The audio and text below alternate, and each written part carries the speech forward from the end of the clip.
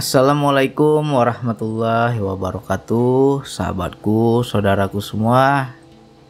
Semoga selalu sehat ya, tenang lahir batin, lebih enjoy hidupnya. Bagi yang punya masalah, semoga selalu diberi kekuatan dan diberikan jalan keluar oleh Allah. Amin ya Allah.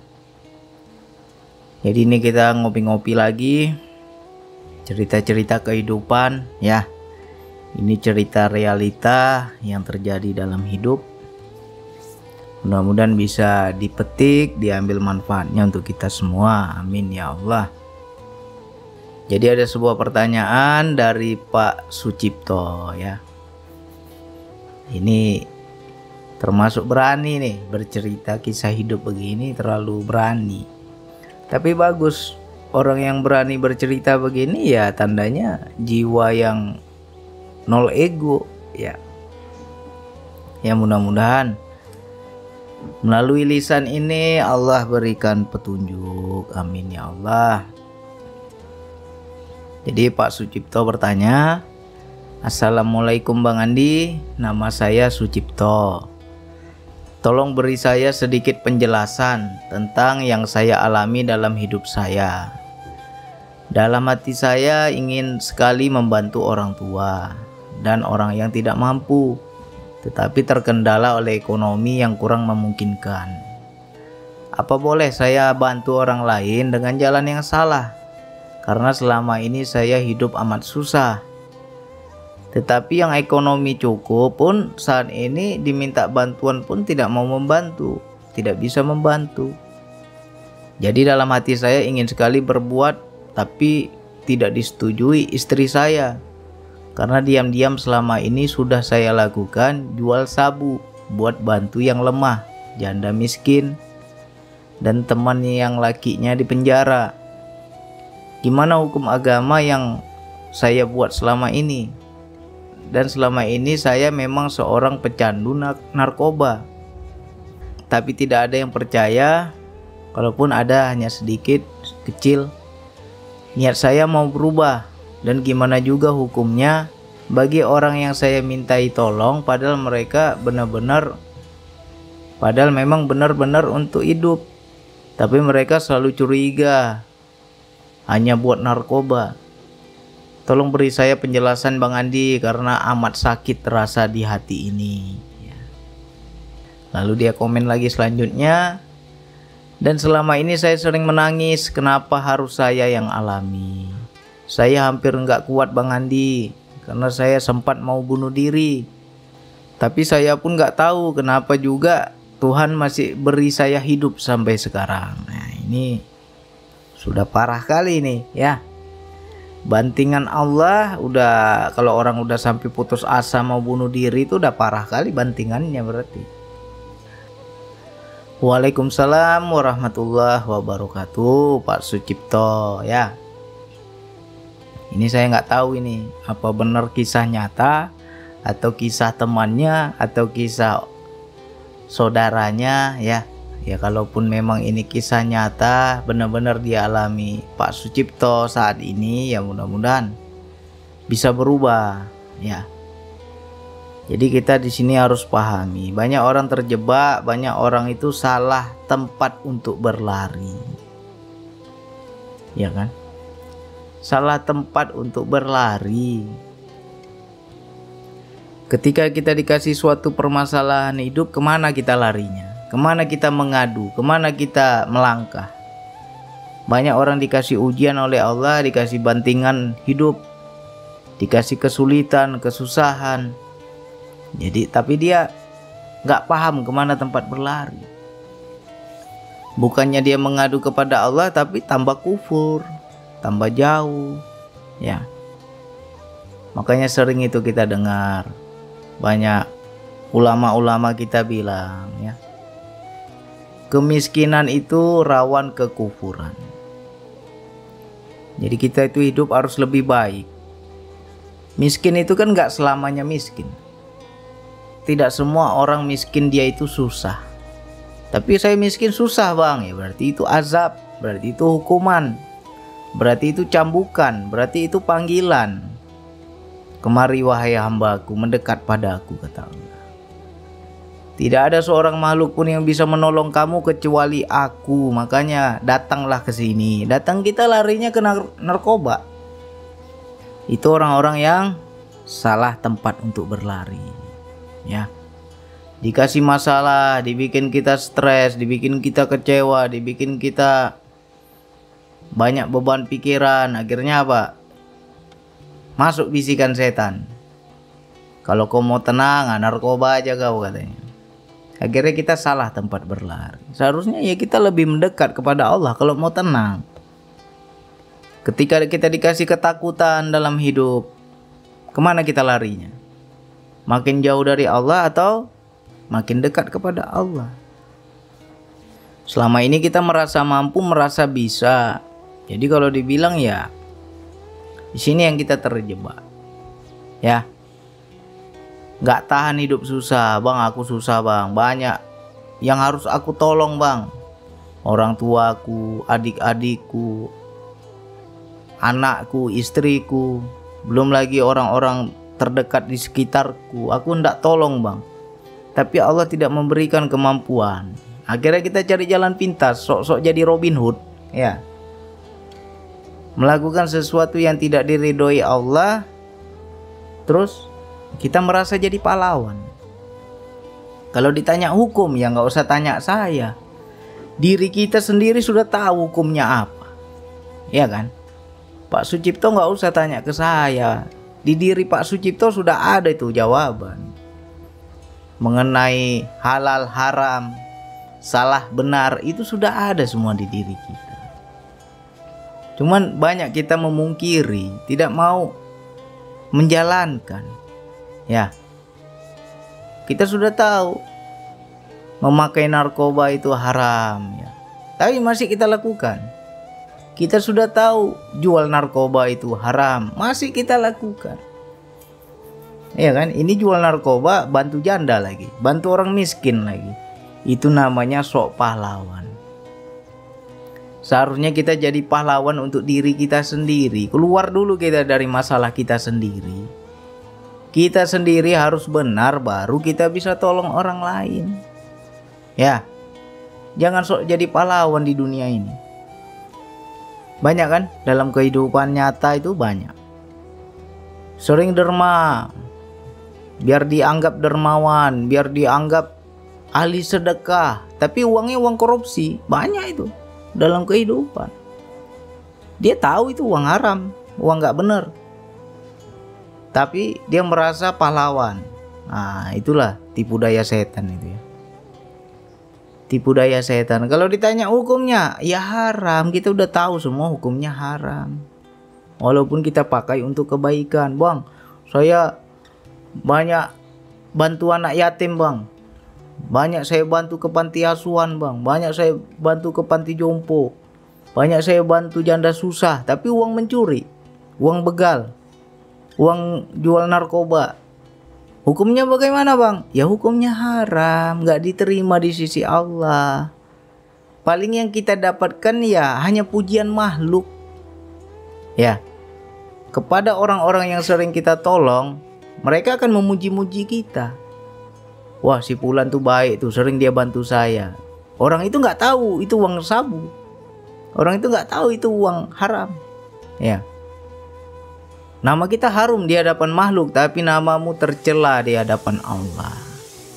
Ya, hati-hati ya. Jangan sampai kita banyak beribadah, melakukan amal baik, tapi hanya di dunia saja kita dapat. Di akhirat nggak ada. Ya. Di dunia dapat, di akhirat nggak ada. Contohnya apa, bang? Namamu dipuji-puji orang karena kau sering nolong orang. Ya. Wah, si Fulan dermawan, sering nolong, tiap hari beri sedekah. Memang namamu dipuji, tetapi batinmu kering. Itulah tandanya orang gak dapat akhirat. Dunia dapat, akhirat gak dapat. Ya, gak ada ketenangan hidup. Di dunia saja kita udah nggak punya akhirat kita, apalagi nanti akhirat yang sesungguhnya. Ya kan? Paling yang kita dapat hanya sebatas pujian makhluk. Ya, ini bagi yang orang-orang yang sok pahlawan ini ya, mudah-mudahan sadar lah. Jadilah pahlawan bagi dirimu sendiri. Jangan kita aja celaka kita aja masih hancur, kita aja masih nggak bener, sok-sok pula kita jadi pahlawan untuk orang lain. Tapi bang, kasihan bang, aku ingin tolong, aku nggak mampu bang. Siapa yang nggak memberi kemampuan itu? Baca. Ya kita nggak usah ego kalau kita nggak bisa tolong orang sekitar. Ya, jangan kita lakukan berbagai cara untuk duniawi. Disitulah Allah bilang, berpikirlah kamu, pakai akal kita. Ya. Terus jangan sakit hati kalau kita pinjam sama orang kaya, orang yang punya uang. Bang, ada orang kaya bang, tapi nggak mau bantu saya bang. Setiap saya minta tolong, padahal bener-bener bang untuk hidup, saya butuh makan, saya minta tolong. Tapi mereka selalu curiga, dianggapnya saya untuk narkoba bang. Kamu jangan marah kepada makhluk. Itu sejatinya hukuman Allah, cuman melalui makhluknya. Ya, kita nggak boleh marah. Ada peranan Allah di situ. Makanya di situ orang menjadi curiga, karena apa? Kita tidak bisa dipercaya. Walaupun kita benar ya. Aku untuk makan nih bang, betul-betul untuk makan. Bukan untuk beli narkoba, tapi orang nggak ada yang percaya sama aku ketika aku butuh. Itu sejatinya Allah yang sedang mengazabmu, Allah yang sedang menghukummu. Jadi kamu jangan marah sama makhluk. Nggak boleh kita marah sama makhluk. Lihat Allahnya, ya. Di situ kan menderita. Apa dia bilang? Saya sering menangis bang. Kenapa harus saya yang mengalami? Ya, saya hampir nggak kuat bang, hampir bunuh diri bang. Ya selamatkanlah dirimu dulu. Jangan sok jadi pahlawan. Ya, jangan suka kali kita dipuja-puji makhluk. Sedekah sana, sedekah sini, disebut-sebut nama kita ahli sedekah. Senang kita, merasa kita yang penolong. Beda ya. Kalau kita bersedekah karena Allah dengan bersedekah karena ingin dipuji makhluk, itu beda rasanya. Orang yang bersedekah karena Allah, ya Allah, kenapa Engkau kasih aku lebih ya Allah? Berarti ada hak orang lain di sini. Dengan kesadaranku ya Allah, aku berbagi karena Engkau ya Allah, karena Engkau sudah memampukan aku berbagi. Akhirnya orang itu bersedekah. Begitu bersedekah, Allah lapangkan hatinya, tenang hidupnya. Ya, itu ciri-ciri sedekah yang karena Allah. Tapi kita sering nolong orang, sering bantu orang, tapi hati kita nangis terus. Itu tandanya perbuatan sia-sia. Sedekahmu belum ikhlas. Sedekahmu itu masih mengharap pujian. Ya. Jadi bagi kita yang saat ini sedang lemah, dibuat Allah betul-betul tak bisa ya. Jangan ego. Saya sudah rasakan itu. Hampir 3 kali lebaran saya nggak bayar zakat fitrah. Di situ berperang batin saya. Malu kali aku nggak bayar zakat fitrah ini. Habis itu di satu sisi ada lagi yang ngomong, kalau kau malu, kau ego. Gak usah malu. Toh juga kamu memang gak mampu sekarang. Akhirnya saya gak bayar zakat fitrah. Ya. Di saat saya terpuruk, di saat saya tak berdaya, ada adik saya susah, saya gak bisa bantu. Ya di situ saya kembalikan kepada Allah. Aku kasihan ya Allah, tapi aku gak bisa bantu. Disitulah kita paham hakikatnya la haula quwata illa billah. Tiada satu daya upaya tanpa pertolongan Allah, tanpa kuasa dari Allah. Jadi kalau kita nggak bisa bantu orang sekitar, jangan sok jadi pahlawan ya.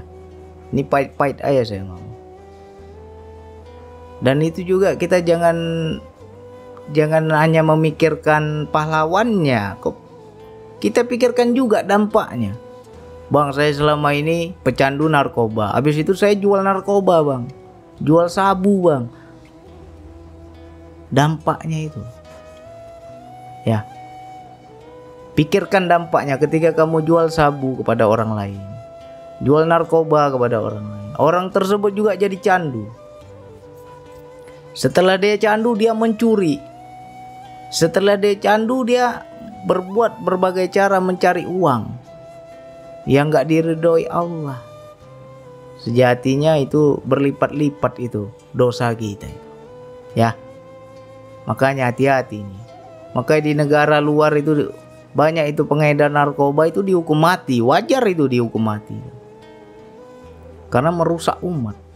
Ya, narkoba itu produk setan itu. Dia rusaknya gitu. Awalnya kita candu dulu. Sudah candu, berpikir otak kita, dibisikin hati kita, kau cari duit lah, beli lagi itu narkoba. Akhirnya kita ambil jalan pintas, mencuri kita. Ya kan? Mencuri bahaya, nanti ketangkap, begini begitu. Risikonya besar, uangnya nggak seberapa. Akhirnya tergoda kita, kau jual sabu aja, untungnya lebih besar. Nanti kau bisa bantu orang susah.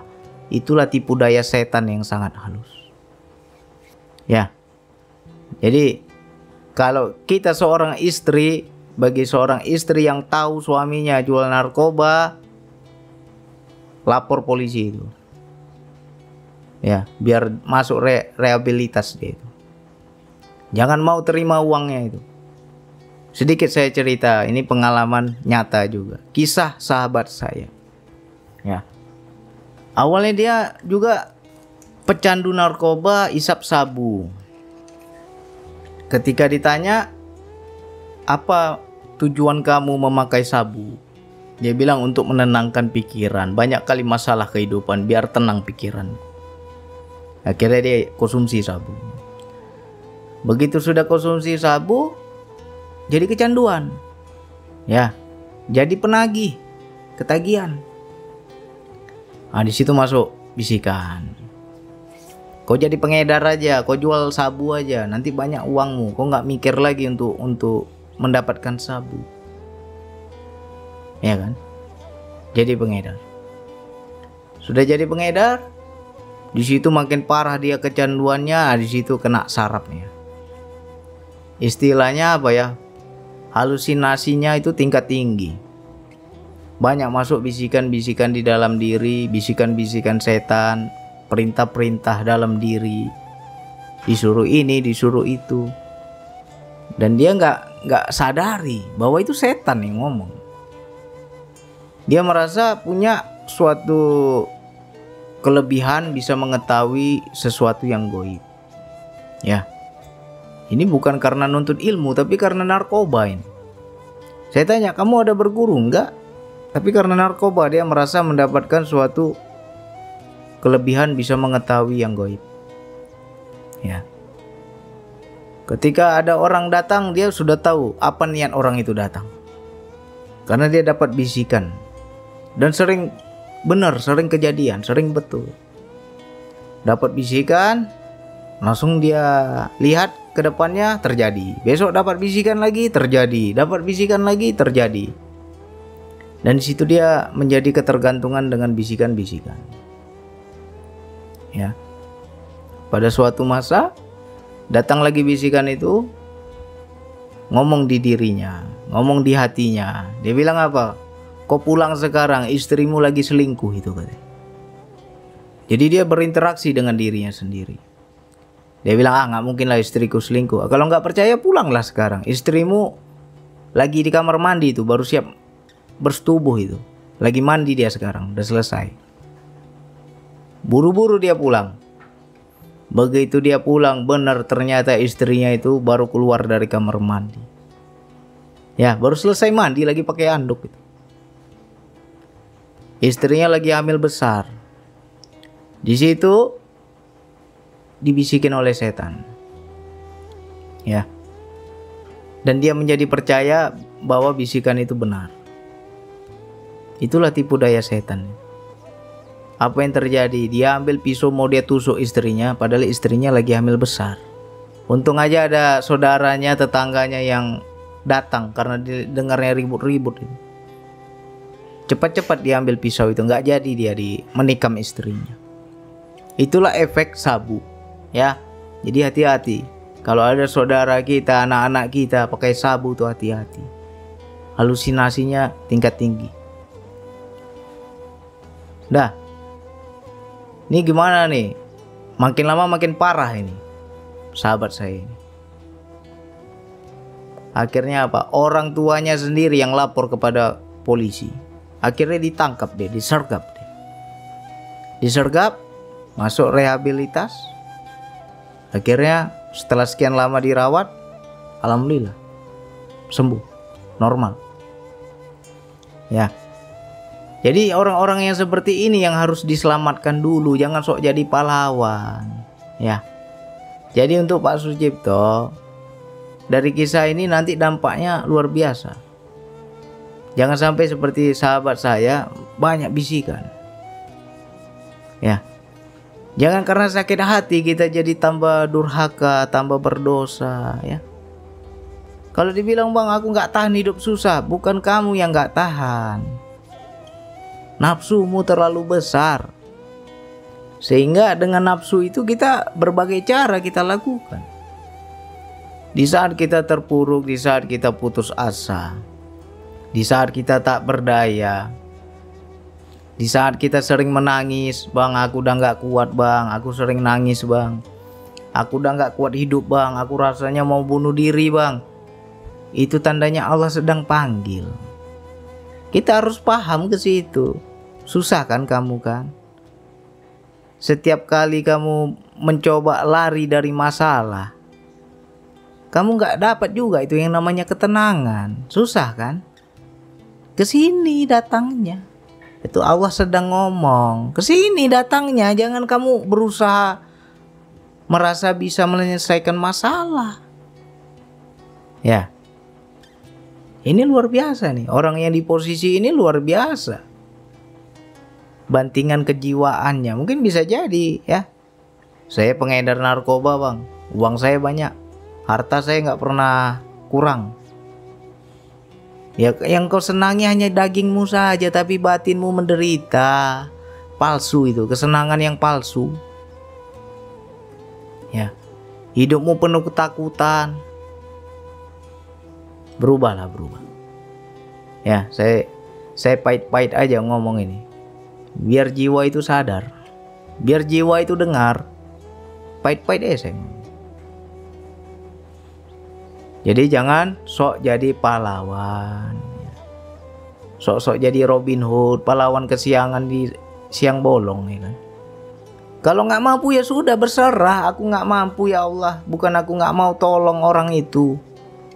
Aku kasihan sama orang itu. Bukannya aku nggak mau tolong, tapi engkaulah yang tidak memberikan kemampuan padaku untuk menolong. Kalau kita paham ke situ, itulah hakikat berserah. Jangan segala macam kita lakukan. Anakku butuh makan, begal aja lah, mencuri aja lah, merampok aja lah. Penting anakku makan. Itu orang nggak pakai akal namanya. Ya. Anakku butuh ini, anakku butuh itu, korupsi kita. Yang penting anakku tercukupi, istriku tercukupi. Itu orang nggak ada akal. Jadi sehebat apapun kita bayar di dunia ini, kita ingin berbuat kebaikan tapi dengan sesuatu yang kotor, tidak akan diterima oleh Allah. Paling yang kita dapatkan hanya pujian makhluk. Oh si fulan baik, oh si fulan dermawan, oh si fulan ahli sedekah. Itu aja yang kita dapat. Tapi hatimu kering, hatimu kosong. Itu pertanda apa? Allah jauh dari hatimu. Ya. Jadi kalau betul mau berubah, ya harus nekat, harus benar-benar sungguh-sungguh. Ya Allah, berikan aku kekuatan agar aku bisa berubah. Berubah kita. Gak apa-apa hidup miskin. Ya. Miskin kalau hati tenang, itu sudah surga. Emangnya dengan kita jual sabu itu senang hidup kita? Senang yang menipu itu namanya. Kesenangan palsu, kesenangan semu. Tapi hatimu menangis terus. Ya. Itu jauh dari kata surga. Surga itu tenang, jiwa yang tenang. Itu baru surga. Jadi hati-hati ya. Jangan lagi ada pahlawan-pahlawan kesiangan begini. Jangan kita merasa bisa menolong orang, ya. Kalau Allah tidak bisa memberikan kita kemampuan menolong orang lain, ya bersandarlah kepada Allah, berserahlah kepada Allah. Jangan turuti ego, jangan turuti nafsu. Sejatinya Allah yang tidak memberikan kemampuan. Jadi jangan pula kita merasa pahlawan. Ya, ini pedas-pedas saja saya ngomong. Jadi untuk saudaraku yang lain, sahabatku yang lain, kalau ditanya hukumnya, nggak usah tanya hukum. Kita sudah tahu hukumnya apa. Salah dan benar sudah ada pada diri kita. Jangan sampai dunia kau dapat, akhirat kau tak dapat. Itulah hakikatnya. Saya sering nolong orang, saya sering bantu orang. Saya berlimpahan harta bang. Saya nggak pernah kurang bang soal harta. Tapi hatimu kering, hatimu menangis, jiwamu tidak tenang. Itu yang kau dapatkan hanya dunia saja. Akhirat kau kosong, nggak dapat. Ya, jangan sampai nanti di akhirat kelak Allah campakkan kita ke nerakanya. Langsung kita hitung-hitungan pula sama Allah. Ya Allah, amalku di dunia luar biasa ya Allah. Sering aku tolong orang ya Allah. Tapi kenapa nggak ada kau hitung itu amalku ya Allah? Mudah aja Allah jawab. Sudah ku bayar di dunia. Bayar yang bagaimana ya Allah? Ku kasih kau kesenangan. Ku kasih kau nama baik. Setiap hari kau dipuja-puji orang. Itu udah ku bayar. Tapi jatah akhiratmu kosong, tak ada lagi. Ya. Jadi untuk Pak Sucipto, mohon ampun kepada Allah. Banyak-banyak mohon ampun. Ya. Sadari semua dosa kita, salah kita, mohon ampun kepada Allah. Nekat kita ingin mendekat kepada Allah, nekat kita ingin berubah, nekat kita ingin memperbaiki diri, insya Allah ada jalannya nanti. Ya. Dan kita nggak perlu marah sama orang yang nggak mau membantu kita. Itu sejatinya perbuatan Allah itu, afalnya Allah itu. Sengaja Allah tidak memberikan kasih sayangnya kepada orang yang kita minta tolong. Kok nggak ada kasih sayang ini? Malah orang itu curiga sama kita, dibilangnya untuk narkoba pula lagi. Itu hukuman Allah bagi dirimu. Ya, nggak usah marah sama makhluk, nggak usah sakit hati sama makhluk. Allah yang sedang menghukum dirimu. Jadi hati-hati nih wilayah ini. Jadi untuk para pahlawan-pahlawan yang kesiangan, nah dengar ini. Ya. Jangan sok jadi pahlawan. Selamatkan dulu dirimu. Udah benar belum jalan hidup kita ini? Dirimu dulu kau selamatkan. Dirimu dulu benar. Dirimu dulu yang lurus. Baru pikirkan orang lain. Ini diri kita belum benar, sok jadi pahlawan pula. Ya. Selamatkan diri kita sendiri dulu. Baru kita bisa selamatkan orang lain. Oke, hanya itu yang bisa saya sampaikan. Silakan diulang-ulang. Mudah-mudahan sadar. Hanya itu yang bisa saya sampaikan. Wassalamualaikum warahmatullahi wabarakatuh.